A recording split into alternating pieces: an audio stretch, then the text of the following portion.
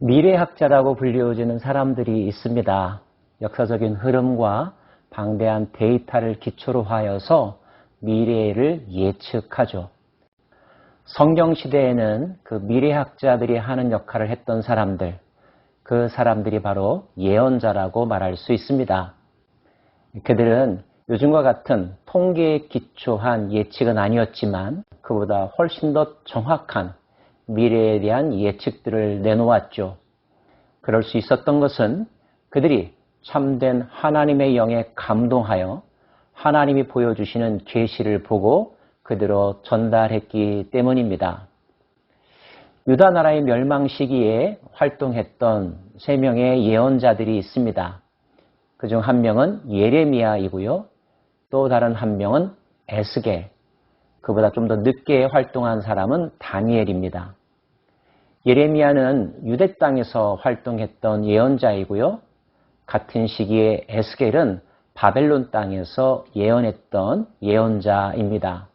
두 사람 모두 위기 가운데 있었던 유다의 미래에 대해서 하나님이 보여주시는 계시를 받아 전달했던 사람들이죠. 그리고 그 계시는 때로는 원론적이기도 했지만 매우 구체적이기도 했습니다. 4장에서 에스겔이 소개하는 유다의 미래에 관한 예측이 바로 그러합니다. 너 인자야, 토판을 가져다가 그것을 내 앞에 놓고 한 성읍 곧 예루살렘을 그 위에 그리고 그 성읍을 에워싸되 그것을 향하여 사다리를 세우고 그것을 향하여 흙으로 언덕을 쌓고 그것을 향하여 진을 치고 그것을 향하여 공성태를 둘러 세우고 또 철판을 가져다가 너와 성읍 사이에 두어 철벽을 삼고 성을 포위하는 것처럼 에워싸라. 이것이 이스라엘 족속에게 징조가 되리라. 국방 분야에서 이른바 워게임이라는 것이 있습니다. 전쟁을 가상하고 실제 그 결과를 예측하는 거죠. 시뮬레이션을 많이 사용합니다. 하나님은 에스겔에게 예루살렘이 앞으로 겪을 일에 대하여서 시뮬레이션을 보여주게 하십니다. 토판 위에 예루살렘 성을 그리게 하였고요. 그 성이 포위되는 장면, 그 성을 공격하는 세력들의 모습을 그림으로 그리도록 한 것입니다. 이미 예루살렘은 바벨론에 의하여 1차, 2차 침공을 받은 적이 있습니다.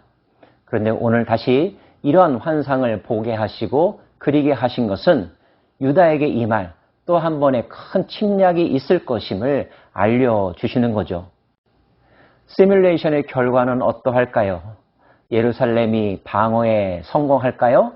아니면 침략자들이 예루살렘을 무너뜨릴까요? 그 결과는 이스라엘과 유다 백성들에게 매우 치명적이었습니다. 하나님은 에스겔로 하여금 왼쪽으로 390일을 오른쪽으로 40일을 누워 있으라 말씀하시면서 그 날수의 의미는 하루가 1년인데 북이스라엘과 남유다가 각각 하나님에게 범죄한 것에 대한 대가라고 해석해 주십니다. 학자들은 이 기간이 남북 분열 때부터 훗날 페르시아로부터 귀환령을 받아 해방될 때까지의 기간 390년이라고 보고 있고요. 남유다의 입장에서는 예루살렘 성전이 무너진 때로부터 그들이 포로에서 돌아오는 때까지의 약 40년을 의미한다고 해석합니다. 에스겔이 이 환상을 볼 때는 아직 예루살렘 성이 무너지기 전이었는데요. 이 환상은 예루살렘 성전이 파괴될 것과 그들이 바벨론에 의하여 포로로 끌려갈 것, 그리고 일정 시기가 되면 다시 그로부터 노임받을 것임을 기간을 정하여서 알려주고 계신 것입니다. 그런 기간 동안에 예루살렘과 유다 백성들이 당할 어려움은 어떤 것들이 있을까요? 경제적인 기근이 찾아오겠죠. 20세겔의 식량으로 하루를 지낼 수밖에 없다고 하십니다. 20세겔은 약 200g의 식량인데요. 하루 식량으로는 턱없이 부족한 거죠. 물도 6분의 1 흰씩 마실 수밖에 없다고 말씀하시는데 이 양은 약 0.6리터에 해당되는 물의 양입니다. 성인 한 사람이 하루에 필요한 급수량을 채우기에는 턱없이 부족하다는 것을 알 수가 있습니다. 그리고 하나님은 이런 현상이 일어날 것을 에스겔로 하여금 퍼포먼스로 행위외술이라고도 말할 수 있을까요? 오른쪽으로 눕고 왼쪽으로 눕는 행동을 통하여 밧줄로 묶여있는 행동들을 통하여서 체험하게 하시고 알려주도록 하신 것입니다. 심지어 에스겔에게 보리떡을 먹을 때에 인분을 구워서 불을 피우라고 하십니다. 인분은 정결례에 의하면 매우 더러운 것, 불결한 것이었습니다. 제사장이며 거룩한 삶을 추구하는 사람들은 도저히 가까이 할 수 없는 것이었죠. 그럼에도 불구하고 그렇게 하라고 말씀하시는 것은 하나님을 떠난 백성들이 영적으로, 위생적으로 불결한 상황 가운데서 기근 속에 처참한 날들을 보낸다는 것입니다. 포로된 지역에 끌려가서일 뿐만 아니라 그 땅에 남아있는 사람들도 그들이 원래 누릴 수 있었던 하나님이 주시는 풍요와 기쁨과 평강의 삶이 아니라 배고픔과 착취와 불결한 삶을 살아갈 수밖에 없다는 것. 이것이 남유다의 미래에 대한 당시대의 미래학자, 선지자 에스겔을 통하여 보여주신 장면이었습니다.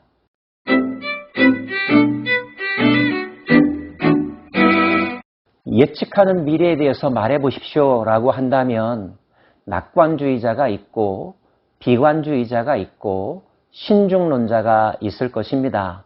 기왕이면 잘 될 것이다. 모든 나라 중에서 으뜸이 될 것이다. 경제 대국이 될 것이고 세계 모든 국가들의 리더가 될 것이다 라고 하는 긍정적인 예언을 할 수 있다면 말하는 사람이나 듣는 사람이나 얼마나 기분이 좋겠습니까? 하지만 안타깝게도 당대 유다의 미래는 그렇지 못했습니다. 경제적으로, 사회적으로, 종교적으로, 총체적으로 파괴되어 가고 망해가는 장면, 이것이 유다의 암울한 미래였습니다. 에스겔은 매우 속상했던 것 같습니다. 게다가 인분을 구워 보리떡을 먹으라는 말씀, 그는 이제까지 그가 얼마나 정결한 삶을 살려고 애썼는지, 제사장 가문에서 태어나 제사장을 준비하면서 무엇보다도 영적 순결을 소중하게 여겼던 자신의 마음을 강하게 주장하면서 그럴 수 없다고까지 이야기합니다. 여호와께서 내게 이르시되 보라 쇠똥으로 인분을 대신하기를 허락하노니 너는 그것으로 떡을 구울지니라.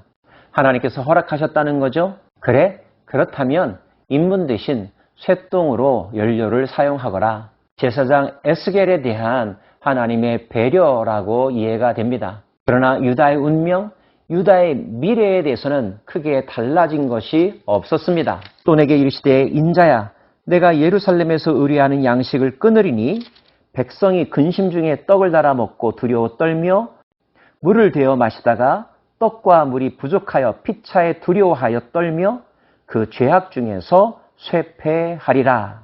그리고 이런 일들이 일어나는 것은 그들의 죄악 때문이라고도 분명하게 말씀하십니다. 유다의 멸망, 그 멸망의 시기에 유다 땅에 사는 사람들이 겪을 이 비참한 현상에 대한 예측은 에스겔에게서 보여준 것과 마찬가지로 예레미야도 동일하게 예고했었습니다.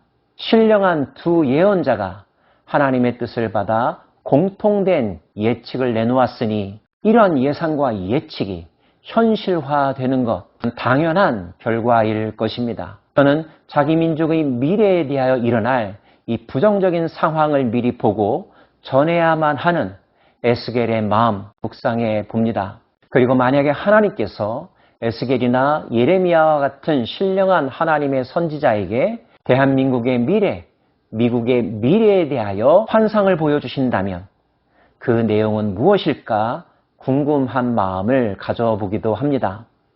절망이 아니라 희망이기를 소망해 봅니다. 어둠이 아니라 빛이기를 기대합니다. 그러나 만약 우리의 바램대로의 내용이 아니라면 왜 그렇게 되었는지 철저하게 우리 자신을 되돌아볼 수 있기를 원합니다. 오늘 하나님께서 에스겔에게 보여주신 그 계시의 내용 가운데 그들의 범죄함을 인하여라고 하는 표현이 있습니다. 우리는 과연 이 범죄함으로 인하여라고 하는 단어로부터 자유로울 수 있을까요? 그렇지 않다면 이제라도 늦지 않았습니다. 빨리 정신을 차리고 그 악한 길에서 돌아서야 할 것입니다. 그런 깨달음과 용기가 있는 우리 모두가 되기를 원합니다. 기도합시다.